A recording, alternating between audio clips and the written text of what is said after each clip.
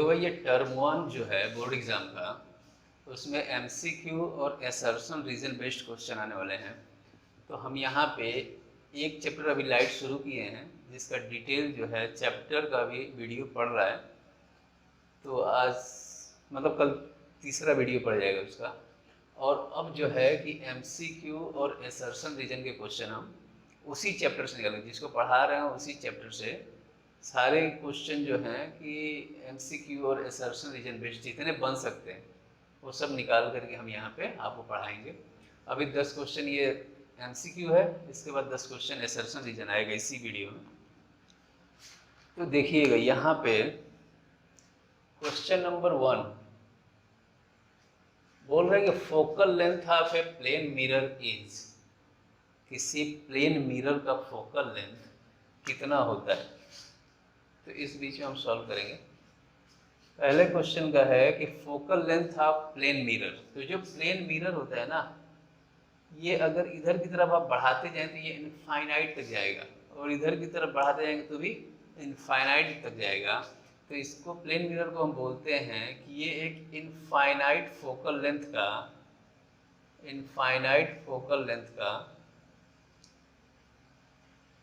Spherical mirror होता है। ये एक ऐसा स्फेरिकल मिरर है जिसका फोकल लेंथ क्या होता है, इनफाइनाइट।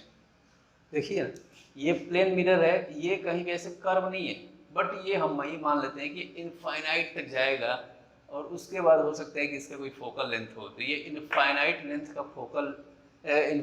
लेंथ का स्फेरिकल मिरर होता है, प्लेन मिरर। तो इसका जो फोकल लेंथ आएगा वो कितना आएगा, इनफाइनाइट। तो the focal length of a plane mirror is at infinite. कौन सा ऑप्शन हो जाएगा, फर्स्ट ऑप्शन। और जो स्फेरिकल मिरर होते हैं वो ऐसे कर्व होते हैं, वो किसी स्फीयर से लिए गए रहते हैं। तो फिर स्फीयर का सेंटर देखते हैं और उसके सेंटर के हाफ के बराबर फोकल लेंथ होता है। लेकिन जो प्लेन मिरर होता है, प्लेन मिरर, इसका फोकल लेंथ इनफाइनाइट होता है। और प्लेन मिरर एक इनफाइनाइट लेंथ का फोकल लेंथ का स्फेरिकल मिरर होता है। क्या होता है प्लेन मिरर, ऐसा स्फेरिकल मिरर जिसका फोकल लेंथ इनफाइनाइट आता है। Question number 2, image form by a plane mirror is. तो जो प्लेन मिरर होता है, देखिए समझिएगा यहाँ पे, जो प्लेन मिरर होता है वो कैसा इमेज बनाता है। अगर मान लीजिए कि यहाँ पे आप खड़े हैं इससे 1 मीटर के डिस्टेंस पे, तो ये मिरर से 1 मीटर के डिस्टेंस पे आपका इमेज बनाता है। 1 मीटर के डिस्टेंस पे इमेज बनाता है। इमेज का साइज क्या होता है, सेम होता है, सेम साइज का इमेज होता है। जैसा ऑब्जेक्ट रहेगा वैसा ही इमेज बनेगा, यानी कि सेम साइज का इमेज। और देखिएगा ऑब्जेक्ट इधर है, इमेज मिरर के पीछे बन रहा है। तो जिधर ऑब्जेक्ट होता है अगर उसके अपोजिट डायरेक्शन है, मिरर के केस में, हम लेंस की बात नहीं कर रहे हैं, लेंस की बात जब करेंगे तो वो उसका अलग केस होता है, वो बताएंगे। मिरर में जिधर ऑब्जेक्ट है अगर उधर ही इमेज बनता है तो रियल होता है, उसके अपोजिट डायरेक्शन में बनता है तो क्या होता है, वर्चुअल होता है। तो ये कैसा इमेज है, वर्चुअल इमेज है। और वर्चुअल इमेज हमेशा कैसा होता है, इरेक्ट होता है। वर्चुअल इमेज इरेक्ट होता है। तो इसमें देखिए कौन सा ऑप्शन है, virtual and erect image, option C. Same size का इमेज होता है। अगर इस केस में भी पूछे कि सेम साइज का होता है कि नहीं, होता है। जितने डिस्टेंस पे मिरर से ऑब्जेक्ट होता है उतने ही डिस्टेंस पे इमेज बनता है। Virtual and erect, same size. Lateral inversion होता है, वो वीडियो अगर हम समझाया गया है, जो चैप्टर पढ़ाया जा रहा है उसको एक बार देख लेंगे तो एक भी क्वेश्चन बाकी नहीं रहेगा। ये है क्वेश्चन नंबर 3। सेकेंड का तो हो गया virtual and erect, virtual image always erect होता है। थर्ड क्वेश्चन है कि एक concave mirror gives real inverted and same size image. एक कॉनकेव मिरर जो है वो रियल इन्वर्टेड, रियल इमेज हो तो इन्वर्टेड होना ही होना है, लेकिन सेम साइज का इमेज है। देखिएगा कॉनकेव मिरर बना रहा है real inverted same size image if the object is placed at. तो कॉनकेव मिरर सेम साइज का इमेज कब बनाता है? देखिए, जब ऑब्जेक्ट इनफाइनाइट में होता है तो इमेज फोकस पे बनता है, और जब ये बियॉन्ड सी होता है तो एफ और सी के बीच में इमेज बनता है। लेकिन जब ऑब्जेक्ट कहाँ आ जाता है? सी पे, सी मतलब सेंटर ऑफ कर्वेचर पे, तो ऑब्जेक्ट जब सेंटर ऑफ कर्वेचर पे आता है तो इमेज भी सेंटर ऑफ कर्वेचर पे बन जाता है ऐसे। तो अगर अब ये इधर है तो जिधर ऑब्जेक्ट है उधर ही अगर मिरर से इमेज बन रहा है तो रियल है, और रियल है तो इन्वर्टेड है, उल्टा है। तो real and inverted same size image, same size image से समझ में आ जा रहा है कि ये ऑब्जेक्ट सेंटर ऑफ कर्वेचर पे प्लेस्ड है। तो एट सी, ऑब्जेक्ट कहाँ पे प्लेस्ड है? सी पे, centre of curvature. Question number 4। Question number 4 में है कि power of lens is -40 metre. एक लेंस है जिसका पावर है -40 मीटर। तो पावर है -40 metre. Power of lens is -40, अरे मीटर नहीं होगा, -40। इट्स फोकल लेंथ इज, अरे पावर थोड़े मीटर में हो जाएगा भाई, पावर तो डायोप्टर में होता है। तो यहाँ पे power of lens is -40, it's focal length is. यहाँ देखिए ऑप्शन में सब के सब ऑप्शन किसमें है? मीटर में है। तो देखिए पावर के दो फॉर्मूले होते हैं, एक होता है 1/f। 1/f कब होता है? जब फोकल लेंथ किस में दिया हो? मीटर में, फोकल लेंथ मीटर में दिया हो। और power is equal to 100/f होता है जब फोकल लेंथ किस में हो? सेंटीमीटर में। क्योंकि एक सेंटीमीटर, एक मीटर में कितने सेंटीमीटर होता है? 100। ये हो गया 100, ये 100/f। कब लगाएंगे इसको? जब फोकल लेंथ आपका सेंटीमीटर में होना हो या दिया हो। यहाँ पे फोकल लेंथ तो मीटर में हो रहा है, तो मीटर में हो रहा है तो ये और लगाएंगे। तो पावर कितना दिया हुआ है? -40 इज इक्वल टू 1/f की जगह पे कितना है आपको फाइंड करना है? f। और f आएगा किसमें? मीटर में आएगा। तो f को इधर भेज दीजिए, f इधर गया तो ये हो गया f, और ये हो गया 1/-40। अच्छा 1/-40, ये 1/40 कितना होता है? 0.025। अब माइनस है तो क्या हो जाएगा? माइनस। ये कैसे आया देखना इधर। अब ये इतना आ रहा है, हम समझा दे रहे हैं आपको। ये 1/-40 है, तो ऊपर भी 100 से मल्टीप्लाई कर लीजिए, नीचे भी 100 से मल्टीप्लाई कर लीजिए। इसका वाला 100 यूज में रही है अभी फिलहाल के लिए। 1/40 हो गया, 4 से ये कट गया, ये इससे कट गया तो क्या हो गया? 2.5। 4 2 is 8 और 4 5 is 20। अब यहाँ पे आपको मिल गया 2.5/-100। जब 100 से डिवाइड करेंगे तो ये डेसिमल 2 प्लेस आगे खिसक जाएगा, मतलब ये हो जाएगा 0.025। देखिए यहाँ पे डेसिमल था, 100 से डिवाइड किया, 2 प्लेस आगे चला आया, और माइनस है तो माइनस लगा दिया। ये आपका आंसर हो जाएगा, और ये किस में आएगा? मीटर। ये हो गया आपका ऑप्शन डी। अब देखिए क्वेश्चन नंबर 5। क्वेश्चन नंबर 5 में है कि a concave mirror gives virtual erect. Concave mirror, concave mirror जो है कि कैसा इमेज देता है? रियल इमेज भी देता है, अगर इनफाइनाइट पे है तो रियल इमेज देगा, सेंटर ऑफ कर्वेचर और इनफाइनाइट के बीच में रखेंगे तो भी रियल इमेज देता है, सेंटर ऑफ कर्वेचर पर रखते हैं तो भी रियल इमेज देता है सेम साइज का, और जब आप सेंटर ऑफ कर्वेचर और फोकस के बीच में आते हैं तो भी रियल इमेज देता है। फोकस पे आते हैं तब तक रियल इमेज देता है, क्योंकि वो रियल इमेज कहाँ बनता है? इनफाइनाइट पे। लेकिन आप जैसे फोकस और सेंटर ऑफ कर्वेचर के बीच में, मतलब फोकस और पोल के बीच में जाते हैं, देखिए ये आपका मिरर, ये इसका हो गया फोकस, और ये हो गया सेंटर ऑफ कर्वेचर, और ये पोल। इनफाइनाइट से इनफाइनाइट पे ऑब्जेक्ट रहता है तो इमेज कहाँ बनता है, फोकस पे, पॉइंट साइज का। जब यहाँ बियॉन्ड सी रखेंगे तो इमेज बनता है यहाँ पे सी और एफ के बीच में। अब इस क्वेश्चन वाले में तो पूरा नहीं बता पाएंगे आपको फिगर बना के, लेकिन ये जो तीसरा पार्ट वाला वीडियो है, थर्ड पार्ट, उसमें ये पूरा इमेज फॉर्मेशन ठीक से बताया गया है।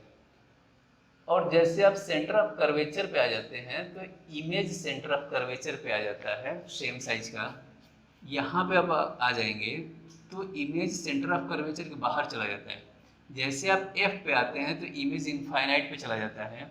और जब आप F और P के बीच में आते हैं तो अभी तक जितने इमेज बने थे वो इसी साइड में बने थे, in front of reflecting surface, मतलब जिधर ऑब्जेक्ट है उधर ही बने थे, सब के सब रियल थे।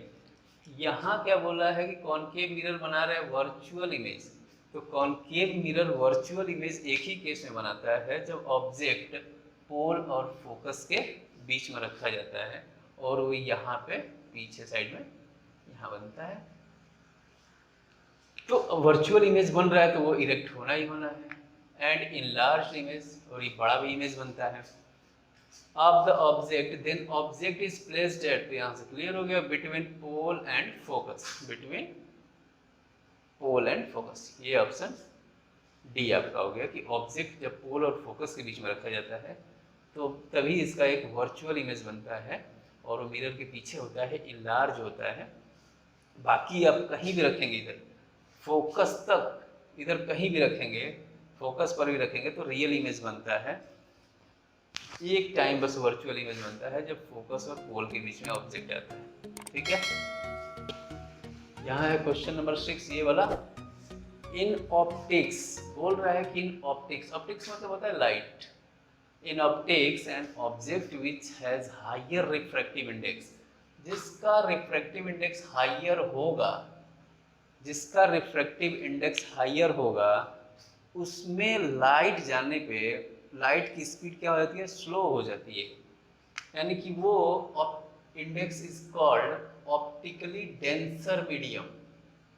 जिसका रिफ्रैक्टिव इंडेक्स जितना ज़्यादा वो मीडियम उतना ज़्यादा ऑप्टिकली डेंसर होता है, और जिसका रिफ्रैक्टिव इंडेक्स जितना कम होगा वो उतना ज़्यादा ऑप्टिकली रेयरर होगा। जैसे एयर है, वाटर है, तो एयर और वाटर का रिफ्रैक्टिव इंडेक्स अलग है। ये एयर का 1.001 कुछ आता है तो इसको हम क्या मान लेते हैं, 1। जैसे अपने कॉमन यूज के लिए 1 ले लेते हैं। मान लीजिए कि इसका अगर 1.3 या 1.5 जो भी हो तो ये एयर से ज़्यादा डेंसर है, तो वाटर इज ऑप्टिकली डेंसर और एयर क्या होगा इसके रिस्पेक्ट में, ऑप्टिकली रेयरर। तो ये इसका रिफ्रैक्टिव इंडेक्स ज़्यादा है तो ये ऑप्टिकली डेंसर मीडियम होगा, और जिसका रिफ्रैक्टिव इंडेक्स हायर वो ऑप्टिकली डेंसर। तो आप ये वाला ऑप्शन टिक कर देंगे।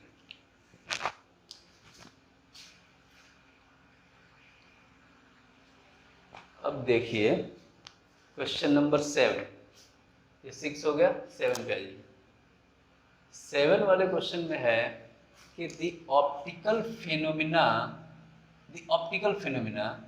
twinkling of stars is due to, star का ट्विंकलिंग होता है ना, यानी कि स्टार तो अपनी जगह पे है लेकिन हमें लगता है कि वो कभी ऊपर कभी नीचे कभी दाएं कभी बाएं चमक रहा है। तो होता क्या है, स्टार के पास अपनी खुद की लाइट है, ये स्टार है, ये हम अर्थ पे हैं और यहाँ से देख रहे हैं, तो ये है इनका आँख।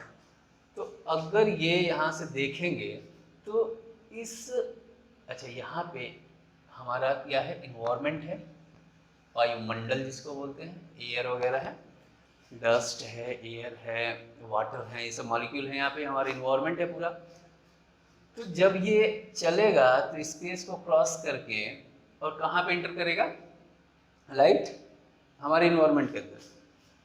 तो जब यहाँ से ये लाइट चलेगा, मान लीजिए कि ये लाइट चला, तो अब ये कहीं ना कहीं ऑप्टिकली डेंसर मीडियम मिल रहे हैं, तो ऑप्टिकली डेंसर मीडियम मिल रहे हैं तो ये क्या करेगा, इसकी स्पीड ऐसे ऐसे घटते हुए ये चली आएगी हमारी आँख पे।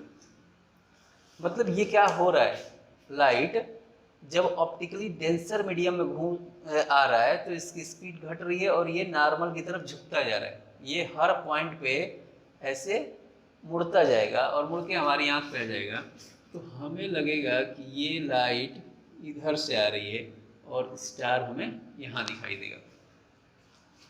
ट्विंकलिंग ऑफ स्टार, कभी मान लीजिए किसी और एंगल से होकर के लाइट चली आई तो यही स्टार हमें इधर दिखने लगेगा, यहाँ से होकर के अगर चली आए तो हमें स्टार ये यहाँ दिखने लगेगा, क्योंकि जो एयर है उसमें ढेर सारे पार्टिकल हैं, वो डेंसर मीडियम है इसके स्पेस की तुलना में, तो यहाँ पे जब ये लाइट इंटर करेगा तो ये इसका झुकाव होगा। तो जब ये एक मीडियम से दूसरे मीडियम में लाइट जाता है, देखिएगा इधर से अगर लाइट इधर गया और ये ऑप्टिकली डेंसर मीडियम है अगर, तो ये लाइट अपने नॉर्मल की तरफ झुकने लगती है।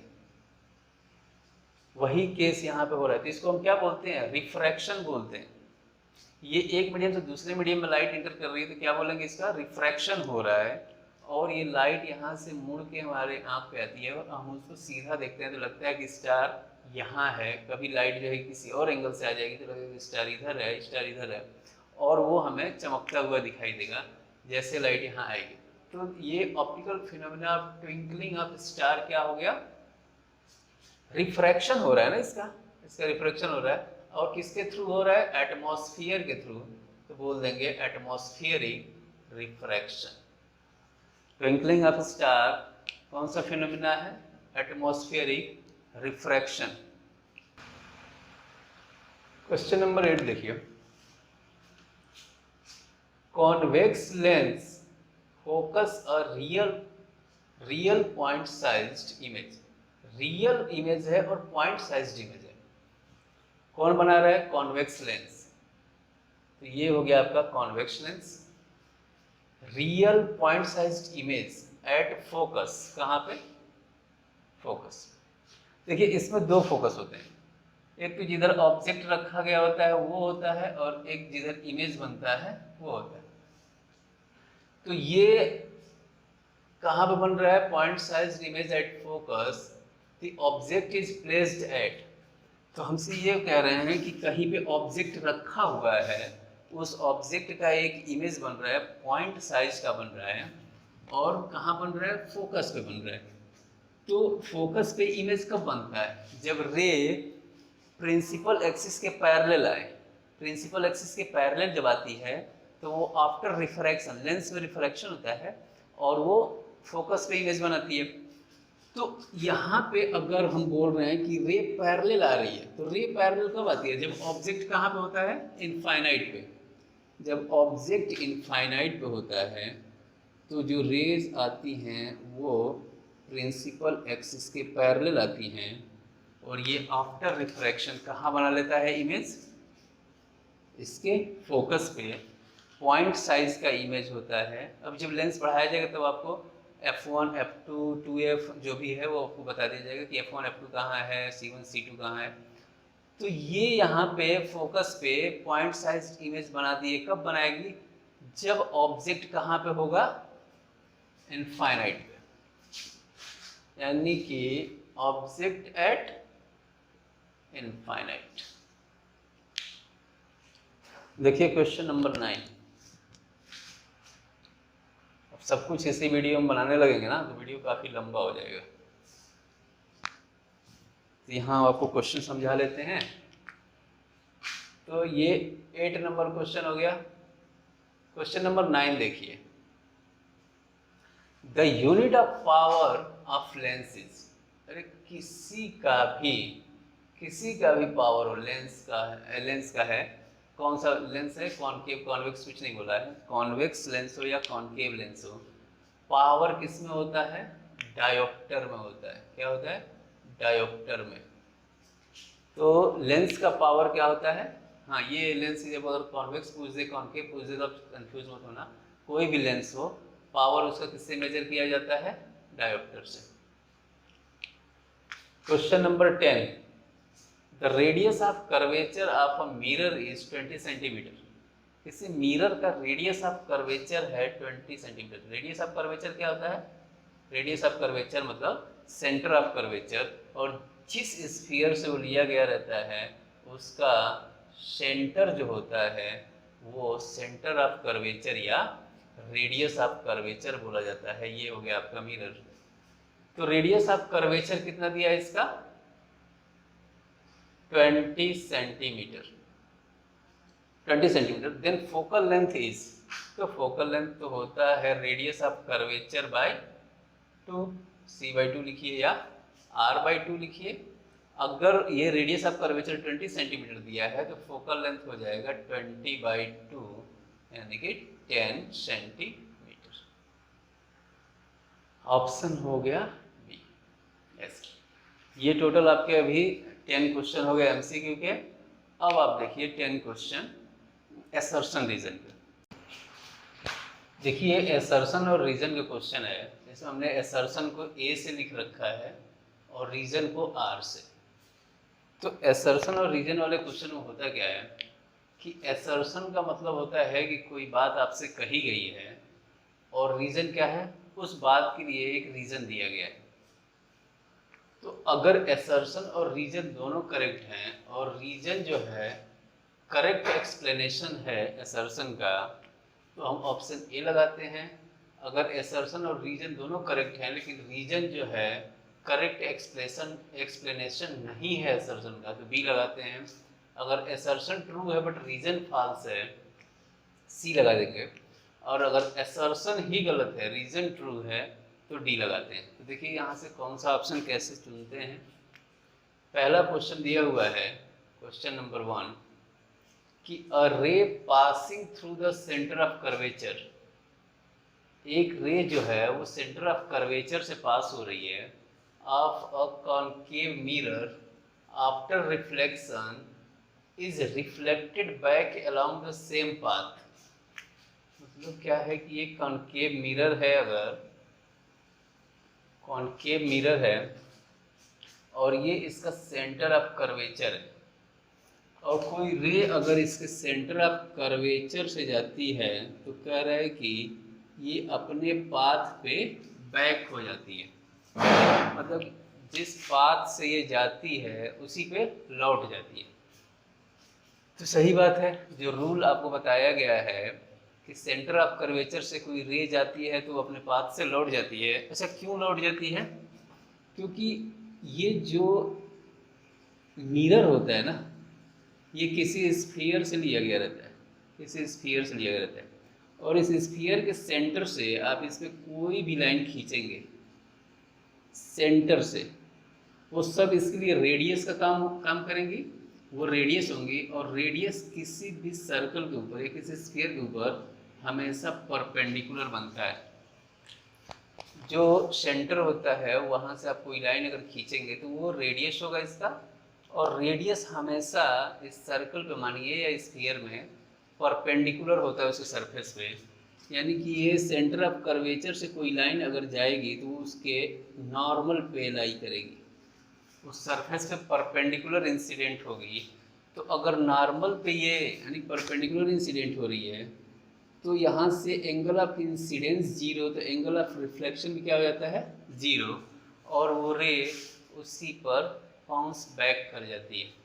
तो देखिए असर्शन तो सही है कि रे passing through the centre of curvature of A concave mirror after reflection is reflected back along the same path. और ये आपका रूल है image formation by spherical mirror, जब आप पढ़ेंगे तो उसमें ये रूल है।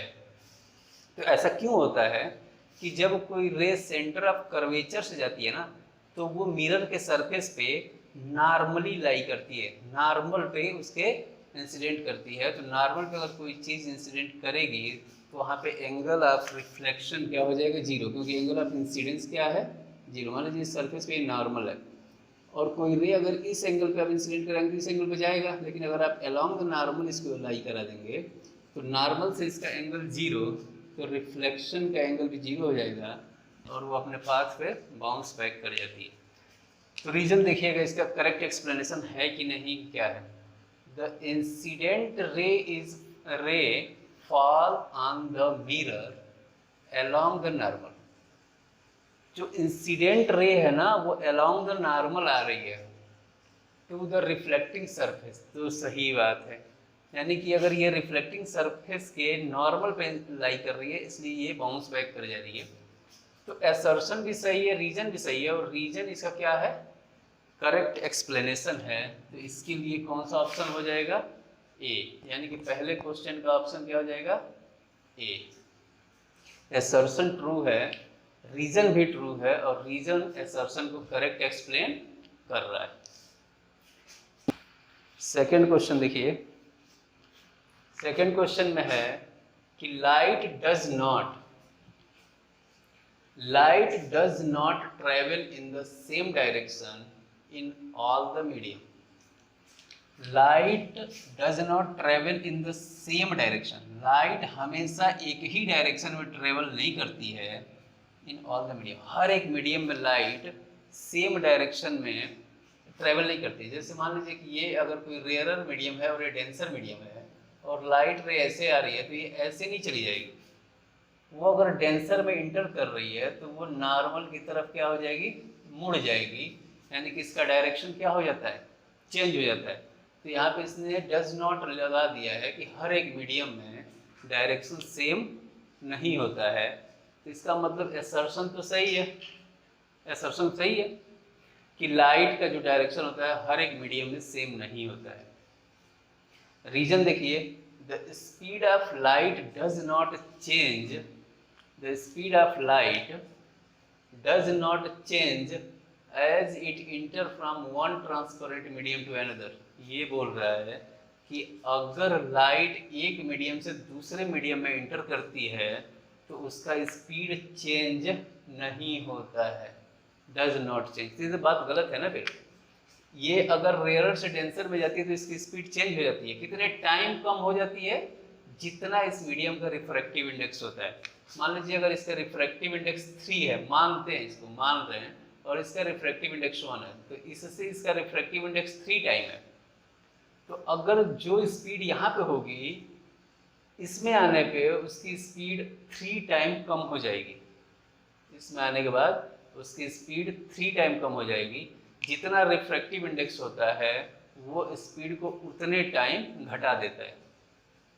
तो यहाँ पे आपका रीजन गलत है, एसर्शन सही है। तो जब एसर्शन सही होता है, रीजन गलत होता है, तो कौन सा ऑप्शन टिक करते हैं, assertion is true but reason is false. तो इसके लिए कौन सा ऑप्शन हो जाएगा, सी, कि इसमें एसर्शन सही है, रीजन गलत है। क्वेश्चन नंबर थर्ड वाला है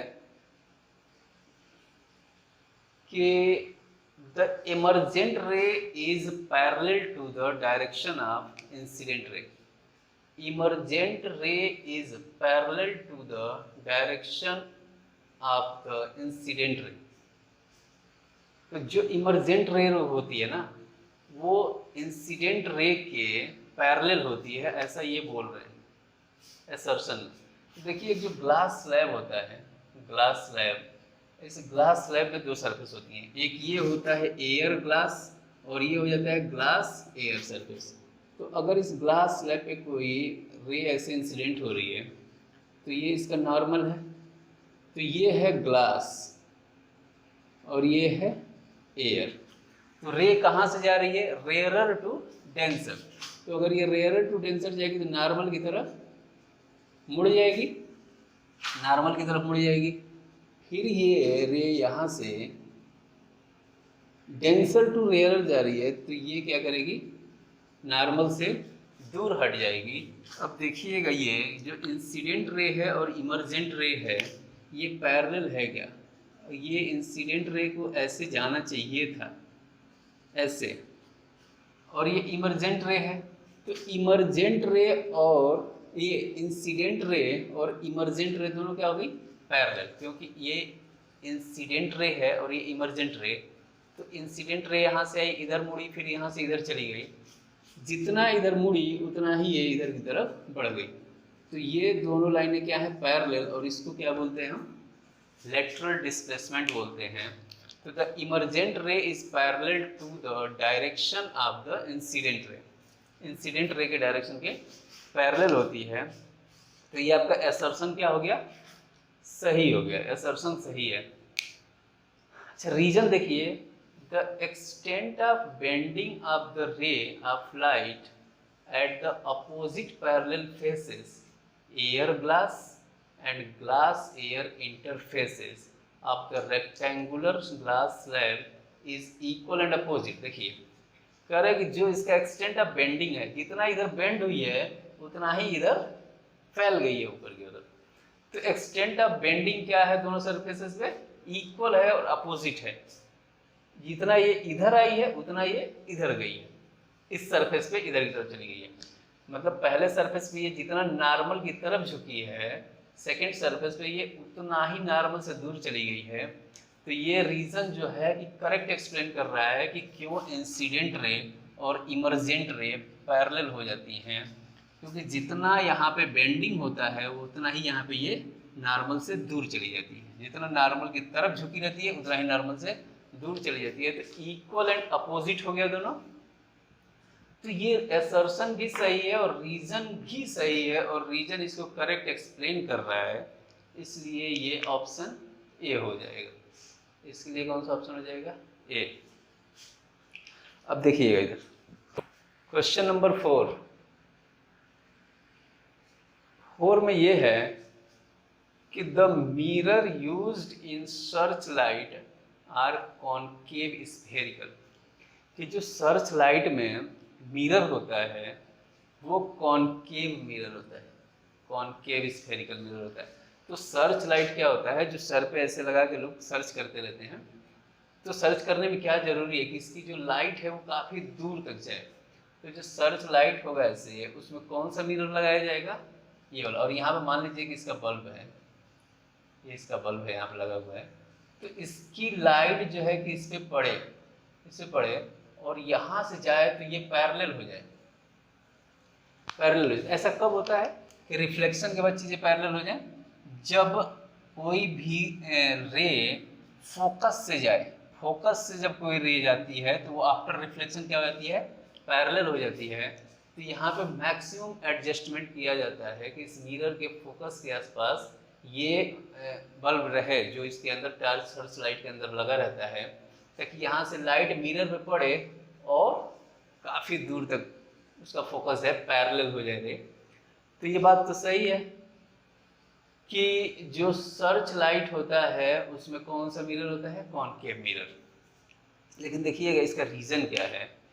in concave spherical mirror the image formed is always virtual. ये बोल रहा है कि कॉनकेव मिरर हमेशा वर्चुअल इमेज बनाता है। तो ये बात 100% गलत है। कॉनकेव मिरर मैक्सिमम हर टाइम जो है कि रियल इमेज बनाता है, सिर्फ एक बार वर्चुअल इमेज बनाता है जब ऑब्जेक्ट पोल और फोकस के बीच में होता है। तो रीजन इसका गलत है, असर्शन सही है। तो जब असर्शन सही होता है, assertion is true but reason is false, तो ऐसे केस में कौन सा ऑप्शन सही हो जाता है? सी। फोर्थ का क्या हो जाएगा? सी।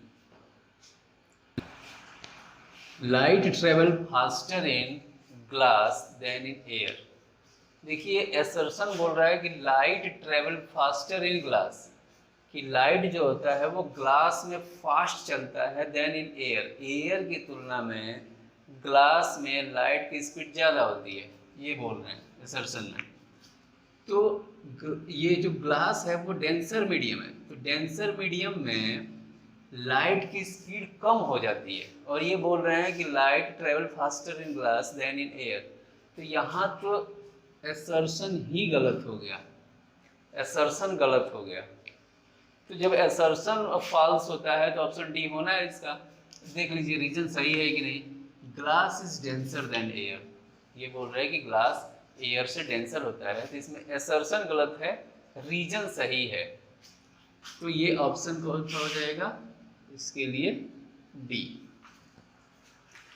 क्वेश्चन नंबर 6 में है असर्शन फॉर ऑब्जर्विंग ट्रैफिक। भाई थोड़ा ध्यान से देख लेना क्योंकि जगह कम पड़ने की वजह से थोड़ा सा ये पास हो गया है, बट अब ध्यान देंगे तो समझ में आएगा। हम बोल रहे हैं पूरा, for observing traffic at back the driver mirror is convex mirror. मतलब अपने पीछे की ट्रैफिक देखने के लिए जो ड्राइवर का मिरर होता है, साइड व्यू मिरर, जैसे मान लीजिए बस है, तो ये बस में अगर यहाँ पे ड्राइवर बैठा है तो इस बस के साइड में एक मिरर होता है, छोटा सा साइड में मिरर लगा रहता है। उसी मिरर में वो अपने पीछे का पूरा ट्रैफिक देखता है, अपने पीछे का नहीं, मतलब रोड पे जितना ट्रैफिक है, जो भी गाड़ियां आ रही है इसमें देखेगा। तो इसमें कह रहा है कि जो ट्रैफिक देखने के लिए उसके पास मिरर होता है वो कॉन्वेक्स मिरर होता है। तो कॉन्वेक्स मिरर की प्रॉपर्टी देखिए क्या होता है कि कॉन्वेक्स मिरर आप कहीं पर लगा देंगे तो वो कहीं का भी इमेज होता है, अगर इनफाइनाइट बहुत दूर का भी इमेज होता है तो इसको कहाँ पे फोकस करता है, मतलब अपीयर होता है कि इसका एक वर्चुअल इमेज कहाँ बन जाता है, फोकस पे। और उसके अलावा अगर कहीं भी ऑब्जेक्ट है तो उसका एक इमेज ऐसे बन जाता है कि ये सेंटर ऑफ कर्वेचर से जा रहा है, तो यहाँ एक छोटा सा इमेज बनता है हमेशा। इसमें कॉन्वेक्स मिरर में ऑलवेज स्मॉल इमेज बनता है बिटवीन पोल एंड फोकस, और इरेक्ट इमेज बनता है सीधा। तो देखिए जरूरी क्यों है कि अगर खूब बड़ा सा बस है तो उस बस का छोटा सा इमेज इसके मिरर में बनना चाहिए। पूरे बस के बराबर इमेज ये बनाए या उससे बड़ा इमेज बनाए तो इसे बाकी कुछ दिखेगा ही नहीं, या उतना बड़ा इमेज उतने उस छोटे से मिरर में बनेगा ही नहीं। तो हर बड़े ऑब्जेक्ट का छोटा इमेज बनाना है, इसको इरेक्ट बनाना है कि जो पीछे गाड़ी है वो हमें सीधी दिखे कि हाँ कौन सी गाड़ी आ रही है। तो किसी भी ऑब्जेक्ट का इरेक्ट और स्मॉल इमेज कौन बनाता है, कॉन्वेक्स मिरर। और इस वजह से ड्राइवर का जो साइड व्यू मिरर होता है वो कॉन्वेक्स मिरर होता है। और इस कॉन्वेक्स मिरर का एक और खासियत होता है, देखिए ये कॉनकेव मिरर आप लेंगे ना तो ये इसका साइड, ये इतना ही इसका एरिया होगा जिसमें आने वाली लाइट को वो देख सकता है। लेकिन ये देखिए अगर ये कॉनकेव मिरर आप ले लिए, कॉनकेव मिरर ले लिए तो इसका ये फील्ड ऑफ व्यू इतना हो जाता है। तो फील्ड ऑफ व्यू भी ज़्यादा है, बड़ी बड़ी बिल्डिंगें दिख जाती हैं उस छोटे से मिरर के अंदर, बड़े बड़े बस, कितनी गाड़ियां हैं, सारी गाड़ियां इसमें दिख जाती हैं। तो इसका फील्ड ऑफ व्यू ज़्यादा होता है और हर एक ऑब्जेक्ट का इरेक्ट और स्मॉल इमेज इसमें बन जाता है, इसलिए वो लगाते हैं। तो देखिए ये असर्शन तो सही है, रीजन देखिए, a convex mirror has much larger field of view. एक कॉन्वेक्स मिरर का जो फील्ड ऑफ व्यू होता है वो ज़्यादा होता है, देख लीजिए फील्ड ऑफ व्यू ज़्यादा होता है देन प्लेन मिरर। भाई प्लेन मिरर आप लगाएं चाहे कॉनकेव मिरर लगाएं तो उनके फील्ड ऑफ व्यू कम होते हैं। ये प्लेन मिरर है, ये जितने में लगा है उतना ही फील्ड ऑफ व्यू है, इधर से अगर कोई चीज़ जा रही है इधर से जा रही है नहीं दिखेगी। इसमें देखिए पूरा रोड कवर कर लेगा वो, ऐसे इसकी फील्ड ऑफ व्यू ज़्यादा होती है। तो फील्ड ऑफ व्यू ज़्यादा होने की वजह से जो ड्राइवर का साइड व्यू मिरर होता है वो कॉन्वेक्स होता है। ये असर्शन भी सही है, रीजन भी सही है, और रीजन इसको करेक्ट एक्सप्लेन कर रहा है कि क्यों कॉन्वेक्स मिरर लगता है। तो ये कौन सा ऑप्शन हो जाएगा इसके लिए, A, option A. 7th number question देखिए, क्वेश्चन नंबर 7 में है असर्शन। देखिए 7 का असर्शन है कि mirror formula can be applied to a plane mirror. Mirror formula क्या होता है, 1/v plus 1/u is equal to 1/f। तो ये mirror formula can be applied to plane mirror. तो भाई प्लेन मिरर के लिए क्यों नहीं अप्लाई होगा, हर एक मिरर के लिए होता है। ये एक कॉनकेव मिरर हो गया, ये कॉन्वेक्स मिरर हो गया, और ये प्लेन मिरर ये इनफाइनाइट फोकल लेंथ का एक स्फेरिकल मिरर होता है। ये प्लेन मिरर भी स्फेरिकल मिरर आप काउंट कर सकते हैं, लेकिन इसका जो फोकल लेंथ होता है वो कितना होता है, इनफाइनाइट। तो ये mirror formula can be applied to a plane mirror, तो रीजन सही है। अच्छा क्यों, क्योंकि a plane mirror is a spherical mirror of infinite focal length. एक इनफाइनाइट फोकल लेंथ का, ये एक इनफाइनाइट फोकल लेंथ का स्फेरिकल मिरर होता है प्लेन मिरर। तो असर्शन भी सही है, रीजन भी सही है, और रीजन उसको करेक्ट एक्सप्लेन कर रहा है। तो इसके लिए भी ऑप्शन क्या हो जाएगा, ए जाकर के आप टिक कर देंगे। क्वेश्चन नंबर 8 है कि the height of N object is always considered positive. Height of N object is always considered positive. ये ऑब्जेक्ट आप कभी भी रखेंगे किसी भी मिरर पे, अगर ऑब्जेक्ट को आप रखेंगे तो प्रिंसिपल एक्सिस से ऊपर रखते हैं, प्रिंसिपल एक्सिस से ऊपर रखते हैं। और जब आप साइन कन्वेंशन पढ़ेंगे तो आपको बताया जाएगा कि इसके ऊपर की चीज़ें क्या होती हैं, पॉजिटिव। ये यहाँ से पोल को ओरिजिन मानते हैं और ऊपर के जो भी लेंथ होते हैं उनको पॉजिटिव लेते हैं। तो ये ऑब्जेक्ट हमेशा प्रिंसिपल एक्सिस के एबव रखा जाता है, इसलिए इसकी वैल्यू क्या ली जाती है, पॉजिटिव।